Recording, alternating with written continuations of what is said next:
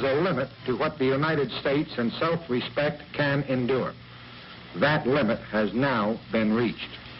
Our friendship for the Cuban people is not affected. And I will faithfully execute the office of President of the United States.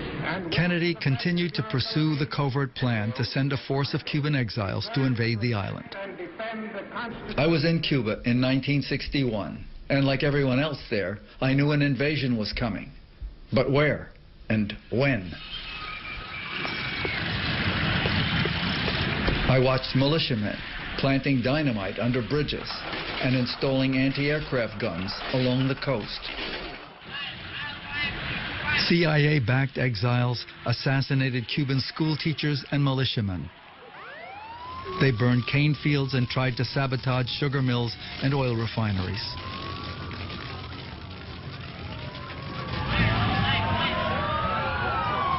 Es decir, la CIA daba explosivos, daba atacas incendiarias. El Encanto, la tienda principal y más importante de La Habana, fue quemada y destruida completamente. Shortly before the invasion, Kennedy ordered that no U.S. air support be given to the invasion force. The assault has begun on the dictatorship of Fidel Castro.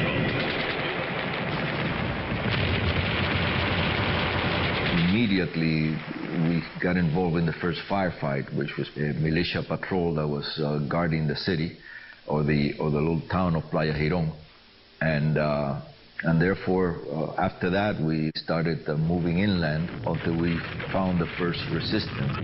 Meanwhile, at the United Nations, Cuban Foreign Minister Roa accused the United States of unleashing a war of invasion. Roa says the invading soldiers trained in Florida, but Ambassador Stevenson makes a quick denial. These charges are totally false, and I deny them categorically.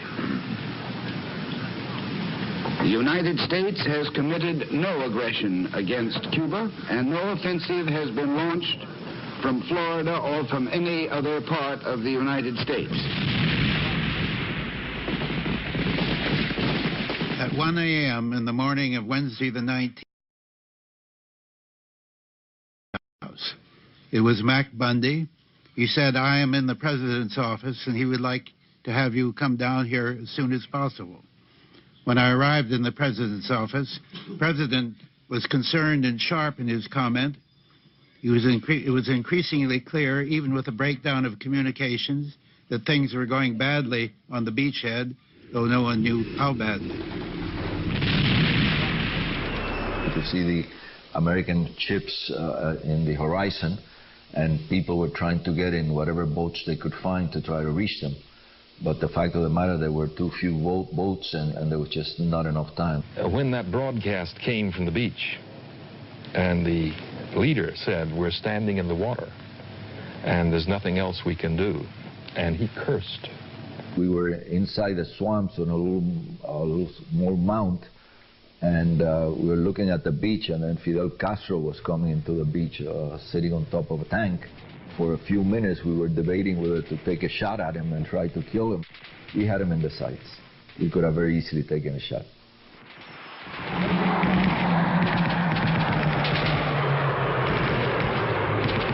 It was a failed proposition to begin with, but I guess Kennedy was not altogether with the idea that the invasion should take place or that Castro should be deposed. So one day he decided to get rid of us. And that's precisely what he did.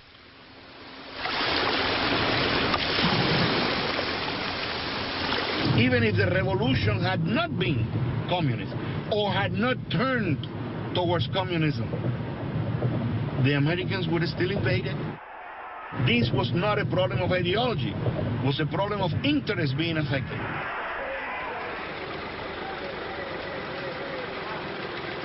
As the invasion collapsed, we were at a camp in a place called Kendall. The kids basically freaked out because now they came to the full realization that they're not going back home.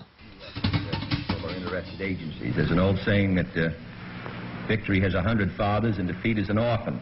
The immediate mood in the White House in the weeks that followed the Bay of Pigs was a mixture of anger, frustration. There's little doubt then that our ultimate objective remained the same, which was the overthrow of the Cuban Revolution or the Castro regime. Dick Bissell's secretary called me and said, "Come on in, he wants to talk to you." And the first thing he said to me, "Cuba is going to be reactivated." The president had me in his office with his brother, and they both attacked me for having sat on my ass since the Bay of Pigs and not done anything to, quote, get rid of Castro and the Castro regime, unquote. Those were the orders. My first question to him was, what does get rid of mean?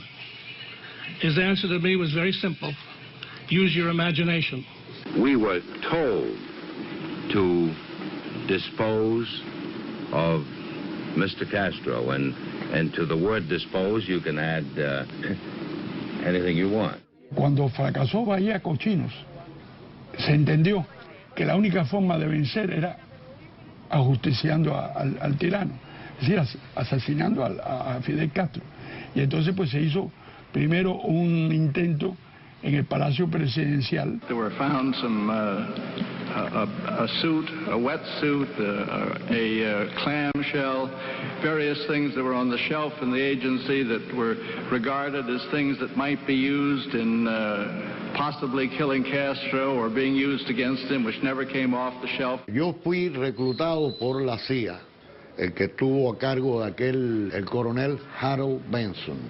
Identificamos a Harold Benson en aquel momento, unos años después, como David Adley Phillips, que también se hizo llamar Maurice Bishop.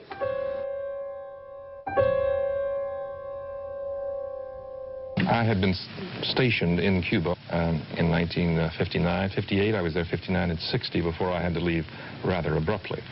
I had an affinity for Cuba. The Cuban people are marvelous. En cada momento, en cada instante, su interés era Fidel. ¿Cuándo sale Fidel? ¿A dónde va Fidel? ¿Cuáles son los itinerarios de Fidel? Con la evidente intención de atentar contra la vida del comandante en jefe. These operations against Cuba were known to the Attorney General of the United States, the Secretary of Defense, the Secretary of State, the Assistant to the President.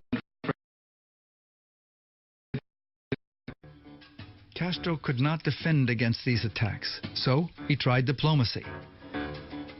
In August 1961, he dispatched Che Guevara to meet with Kennedy's advisor, Richard Goodwin, in Uruguay.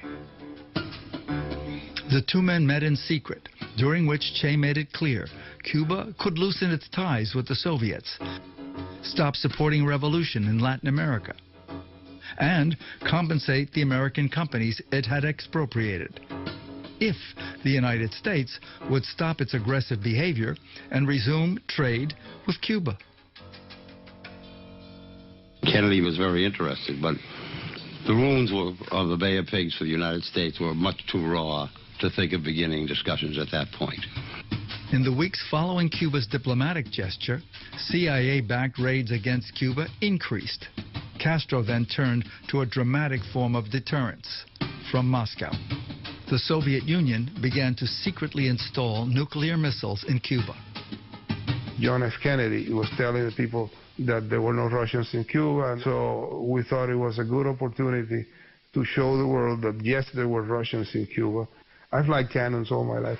I bought a cannon for $300, so we went there in front of this hotel. I shot that cannon against that hotel. The Russians made a loud complaint in the United Nations and so on that they had been attacked, and sure enough, the presence of the Russians was well known at the time because of that incident. I found it very difficult to believe, not so much that people wouldn't do this, but that our government wouldn't do anything about it. I think that was very scary to me. On September 19th, 1976, I had dinner with Orlando Letelier at his house. Letelier was a former Chilean ambassador to Washington, and I had invited him to work with me at the Institute for Policy Studies. After dinner, we went outside, and I put my elbows on the hood of his car, not suspecting there was a bomb planted in it. 36 hours later, Letelier drove to work with a colleague, Ronnie Moffett.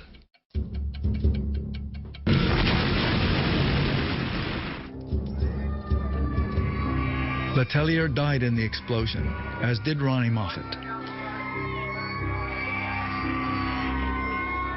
Shortly afterwards, the FBI arrested José Dionisio Suárez and Guillermo Novo, the very men they had listed in their assassination report on Ricardo Alarcón. 2 weeks later, international terrorism took on new dimensions. We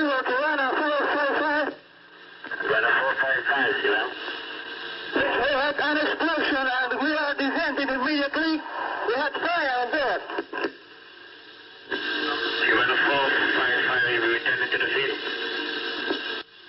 The time is 17:24. Okay, Silver, Savannah 455. We're requesting immediately ambulance. Cierra la puerta, cierra la puerta. The time is 17:27.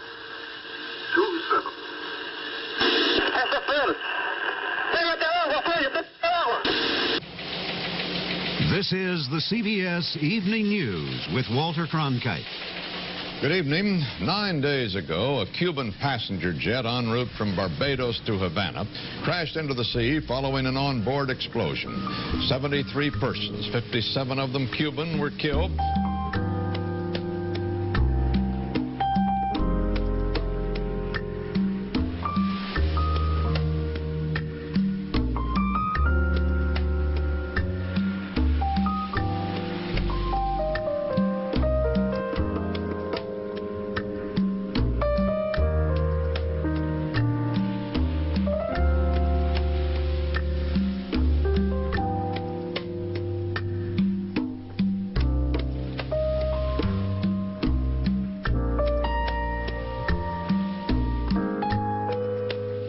Se detuvo a los cubanos Orlando Bosch y Luis Posada Carriles como autores intelectuales del atentado.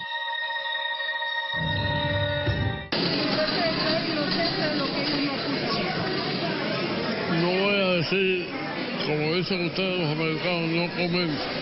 The CIA was told that a Cuban airliner was going to be hit and didn't notify the Cubans, which one could argue was criminal. And I haven't met any investigator or agent who did not believe that Luis Posada was involved in the blowing up of the Cubana airline. Seguirá la lucha y seguirán los atentados en toda forma y manera a nuestro alcance. I don't make the connection between innocent youth on an airplane, how it would, I mean, I have children. My children are the age of... I have 6 too. That's a, you know how we call that? Unfortunately. Solo 3 días después, esto hay que entenderlo bien, ¿no? De haber volado el avión cubano sobre Barbados, en el que mueren 73 personas. El centro de la CIA me preguntaban, ¿qué sabe del viaje de Fidel Castro a Angola? Porque era el aniversario de la independencia de ese país. Se suponía que Fidel iba a viajar. Una victoria. Ya estaban fraguando la posibilidad de asesinar a Fidel en su posible viaje a Angola. Some exiles used the bombing of the Cubana plane over Barbados to raise money for their own cause, which was more violence against Cuban targets in the United States.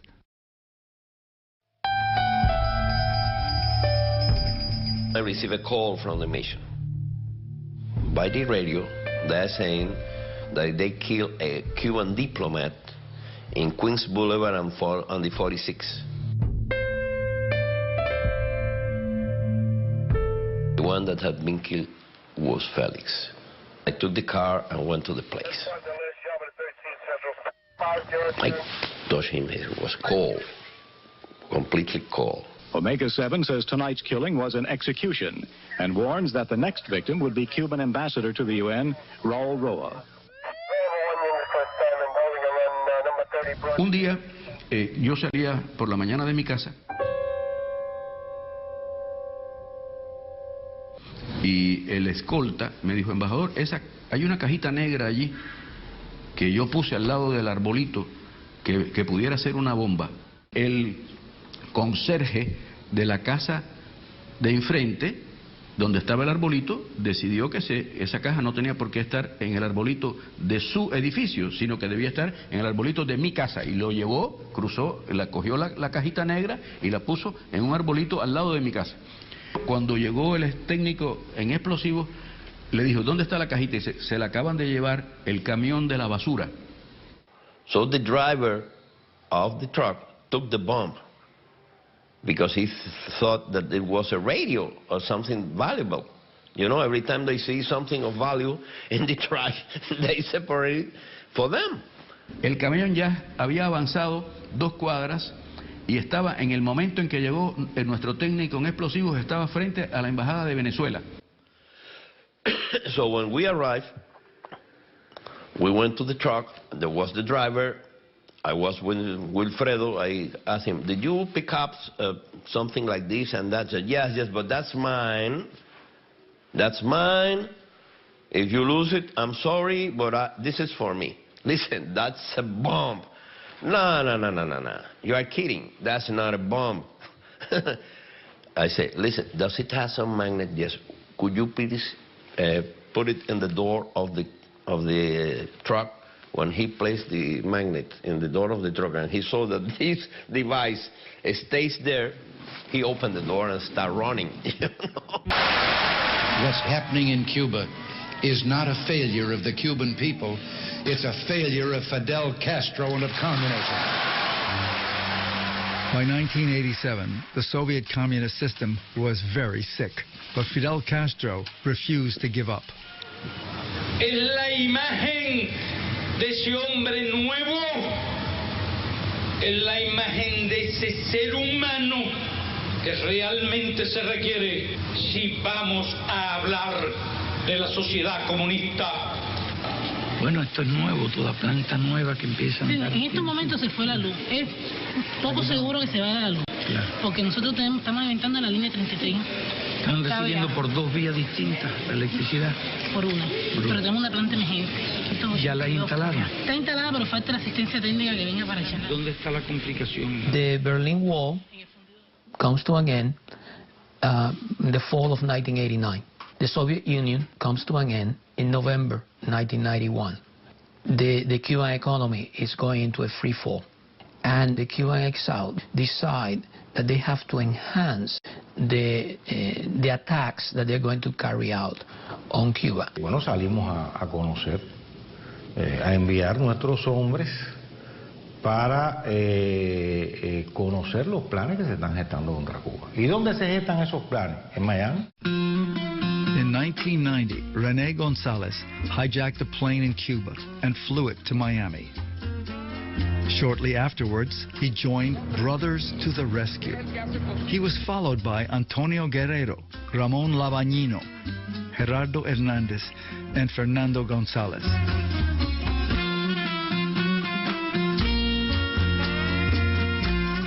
Years later, these men would be known as the Cuban Five, Cuban intelligence agents whose job was to penetrate violent exile groups.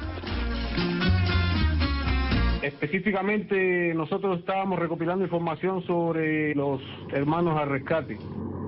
Brothers to the Rescue was an organization dedicated to saving the lives of the people that were leaving the island of Cuba under dire circumstances, and many of them were losing their lives in the attempt because they were using inner tubes, anything that would float. Quizás a algunas personas le puede llamar la atención, bueno, pero esa es una organización humanitaria y no, todo lo contrario. Mientras sus actividades se limitaron a rescatar balseros, no tuvo ningún problema con las autoridades cubanas. El FBI había penetrado esa organización también y tenía una persona ahí dando información sobre las actividades de manos al rescate. El FBI no penetra una organización humanitaria supuestamente sin razones. Saludos de 2 millones de cubanos a eso. We never did anything that we saw as a harassment to Castro, but as bringing a cure to the problem. We prepared our own literature. We sent to Cuba a plan for nonviolence and confrontation with the government. Ahora, ¿qué pasa? En el año 95, con los acuerdos migratorios que decían que cuando se rescate un balsero en el mar ya no se iba a traer para este país, sino se iba a regresar para Cuba, las personas dejaron de darle dinero a Basulto y a su organización porque decían, ¿para qué le vamos a dar dinero? Y cuando él llame a cobrar, los balseros lo van a regresar para Cuba. So, Basulto's mission to save lives had ended. And he began a new mission, which was basically to taunt the government of Cuba with these overflights, throwing leaflets out and dropping medals and different kind of, propaganda out his window. Me avisaba por un sistema de comunicación que teníamos previamente acordado, digamos que Basulto hizo un comentario de que el arma que están probando ya lo tienen casi listo y que hicieron unas pruebas con unos blancos en los Everglades y están disparando y tienen una buena efectividad y el plan es buscar un lugar en Cuba donde se puedan descargar. I went to Cuba in January of '96. In the course of a long dinner, President Castro raised the issue of the overflights with me.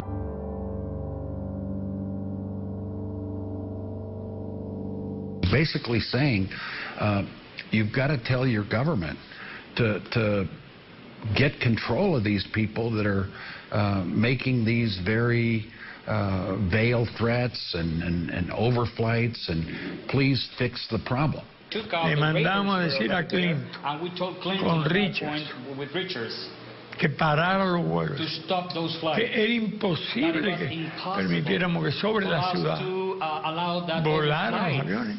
¿Y qué haría Estados Unidos si un avión cubano vuela sobre Washington? Regando panfletos. Pero ¿cuánto dura ese avión? Y ya nuestro país no admite. I returned to Washington. I mentioned to Mort Halpern of the National Security Council, who was the operating guy on many of these issues. I said, the Cubans are very concerned about these overflights, and they want us to do something about it. And Mort Halpern, a very dedicated, very efficient National Security Council member, said, we'll take care of it. We'll raise this issue with the FAA. Bill Richardson wasn't the only source that brought Cuba's warnings to Washington. I was in Havana in January of 1996 when Ricardo Alarcón, Cuba's parliamentary president, called me in to deliver a message to Mort Halpern. The next overflights of Cuba by Brothers to the Rescue airplanes will result in the gravest of consequences, said Alarcón. I repeated these words to Mort Halpern just days later. Halpern said he would notify the Federal Aviation Administration on White House stationery to suspend the licenses of the pilots of Brothers to the Rescue.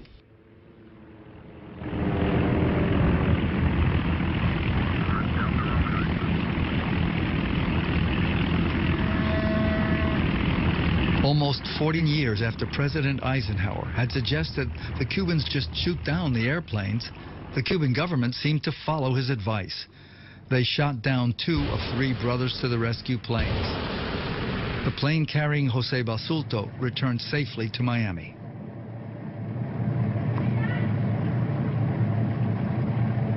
In those 2 planes, there were 4 people traveling, 2 on each plane. They were pulverized by MiGs in international airspace. I think that they wanted a confrontation. They wanted to fly right into the teeth of a major confrontation so something dramatic and big would happen. We didn't ask for permission. We just went there and did it. And that created, in the eyes of the U.S., a new Cuban, a Cuban that is willing to take matters in his own hands. With the shoot down, that changed the political dynamic in Congress.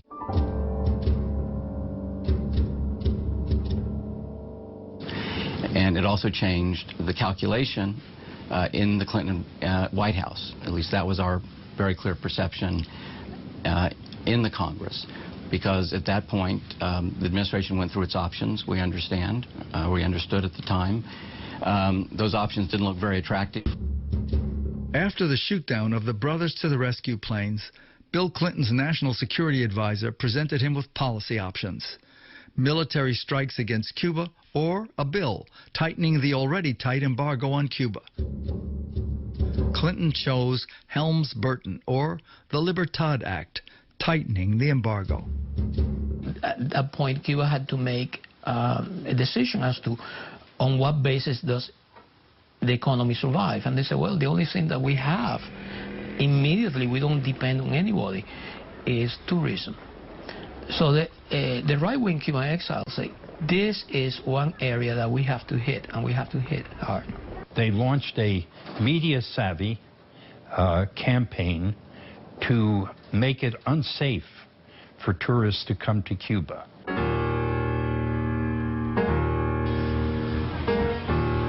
By publicly announcing that everything in Cuba is a target, that Cuba has become a free fire zone, borrowing a term from Vietnam.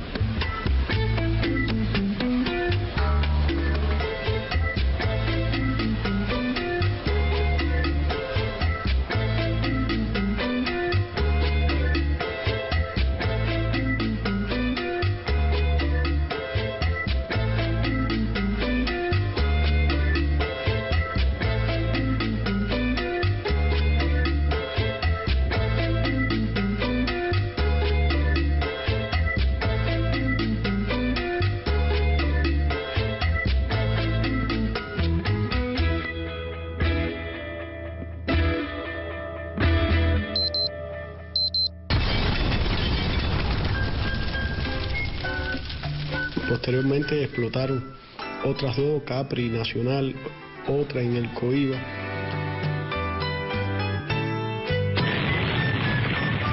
Algo que me tomó por sorpresa completo, me aterrorizó porque nunca había sentido la experiencia ni me lo esperaba nunca tampoco.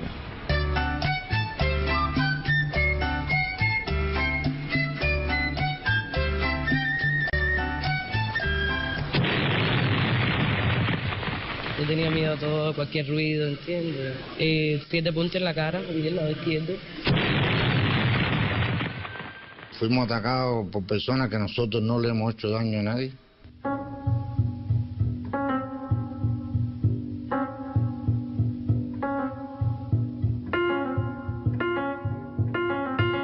Bueno, la persona con la que yo practiqué se llama Ignacio Medina, pues que entre paréntesis ellos le llaman Posada Carriles. Si mi pretensión de hacerlo político causara algún problema al gobierno... Y llega un momento en el que él me propone si quiero venir a conocer Cuba. Como turista, pues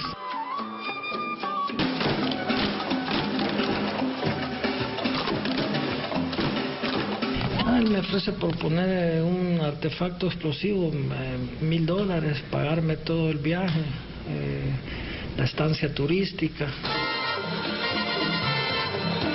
En ese momento $1,000 son en El Salvador casi 9,000 colones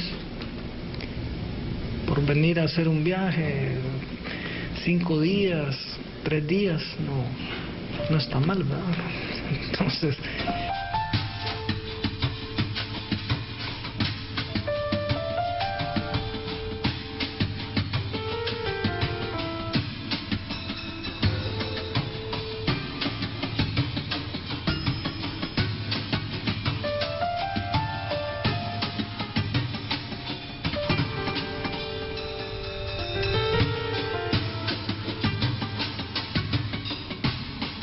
posteriormente explotaron una Copacabana donde le causó la muerte al joven italiano. Fabio se encontraba en mi cuarto y cuando se fue a la puerta me vino el instinto de pararlo y fue la última vez que vi a mi hijo. ¿Y quién fueron los responsables? Posada Carrile hice una declaración al New York Times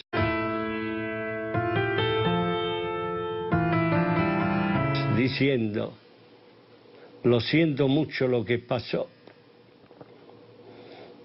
A este italiano se encontraba en el lugar equivocado al momento equivocado.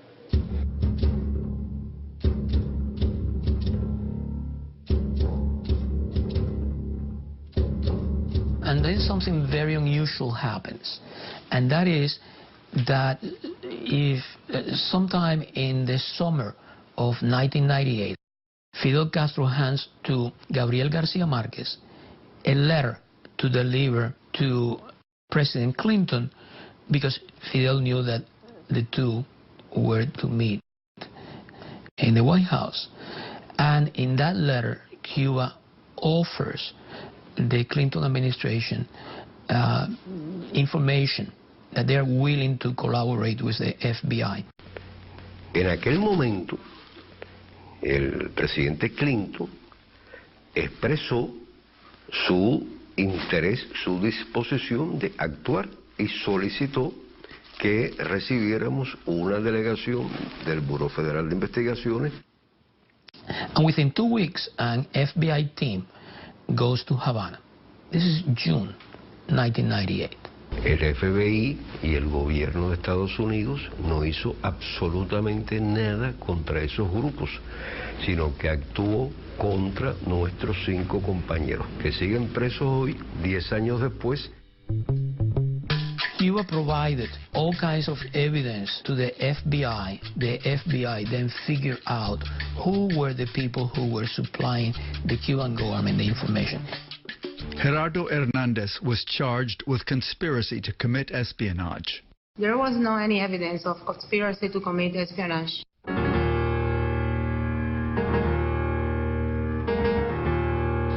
Because when you see the American law, there is no espionage when you are not looking for or getting information about military facilities or strategic facility or governmental information. Gerardo Hernandez was also charged with conspiracy to commit murder, although no evidence existed that he had transmitted details of the fatal Brothers to the Rescue flights. So you didn't pass any information that would have helped the Cuban government to shoot down the planes? No, of course not. If you go to the records of those times, you will see that Jose Basurto announced way before the trip. He said, we are going there on February 24. Everybody knew that. In our trial, Richard Nucio, the former advisor to President Clinton, he was in trial, and he said, yeah, that organization was out of control. Judge Joan Leonard sentenced Gerardo Hernandez to 2 terms of life without parole. Look at the draconian sentences that they got. 2 life sentences plus 15 years? And this is supposed to be because of the Brothers to the Rescue shoot down and so forth, which I have absolutely no way of knowing the truth about, because our government, the Cuban American community, and others have so clouded the facts and so obfuscated all of the available material on it. Speaking on his own behalf, Gerardo Hernandez said it is necessary for some countries to send their sons and daughters to defend themselves, to carry out dangerous missions, be they in Afghanistan or in South Florida. It's not whether they were sent here because acts of terrorism were happening in Cuba. You do not send people to spy in other countries because you think that they are committing, or you say they are committing acts. Those 5 that are try to be painted as heroes are murderers. All the men were given maximum sentences, kept in solitary confinement for more than a year, barred from seeing certain family members, and what they believe was the most prejudicial, they were not granted a change of venue out of Miami. Well, there was ample evidence of intimidation of the jury, and in fact, some of the jurors, during the voir dire process, when they were being selected, specifically said that they were afraid for their families if they reached a verdict in this case that was not acceptable to the exile community in Miami. I do not understand why the trial proceeded in Dade County, Florida. A change of venue, to me as a layman, is something that is demanded when there is absolutely no chance of the defendant or defendants getting a fair trial in the area where they're going to be tried.